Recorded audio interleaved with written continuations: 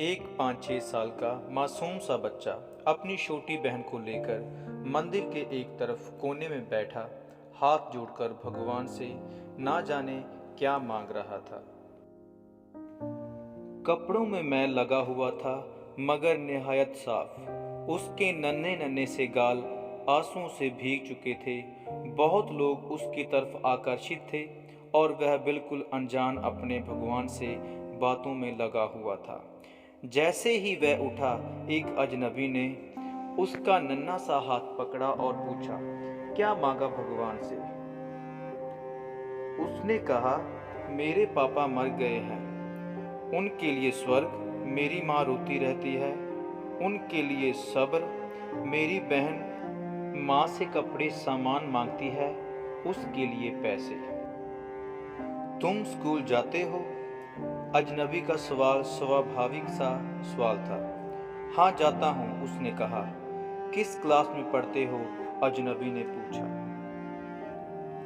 नहीं अंकल, पढ़ने नहीं जाता। माँ चने बना देती है, वह स्कूल के बच्चों को बेचता हूँ। बहुत सारे बच्चे मुझसे चने खरीदते हैं, हमारा यही काम धंधा है। बच्चे का एक एक शब्द मेरी रूह में उतर रहा था। तुम्हारा कोई रिश्तेदार? ना चाहते हुए भी अजनबी बच्चे से पूछ बैठा। पता नहीं, माँ कहती है गरीब का कोई रिश्तेदार नहीं होता। माँ झूठ नहीं बोलती। पर अंकल, मुझे लगता है मेरी माँ कभी कभी झूठ बोलती है।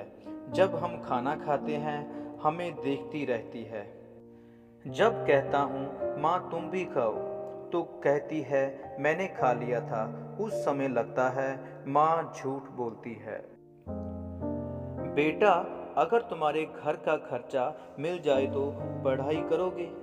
बिल्कुल नहीं, पढ़ाई करने वाले गरीबों से नफरत करते हैं अंकल। हमें किसी पढ़े हुए ने कभी नहीं पूछा, पास से गुजर जाते हैं। अजनबी हैरान भी था और शर्मिंदा भी था। फिर उसने कहा, हर दिन इस मंदिर में आता हूँ, कभी किसी ने नहीं पूछा। यहाँ सब आने वाले मेरे पिता को जानते थे, मगर हमें कोई नहीं जानता। बच्चा जोर जोर से रोने लगा। अंकल, जब बाप मर जाता है तो सब अजनबी क्यों हो जाते हैं? मेरे पास इसका कोई जवाब नहीं था। ऐसे कितने मासूम होंगे जो हसरतों से घायल हैं। बस एक कोशिश कीजिए और अपने आसपास ऐसे ज़रूरतमंद यतीमों, बेसहारों को ढूंढिए और उनकी मदद कीजिए। अगर आपको ये कहानी पसंद आई है तो लाइक, शेयर एंड सब्सक्राइब कीजिए। Thank you.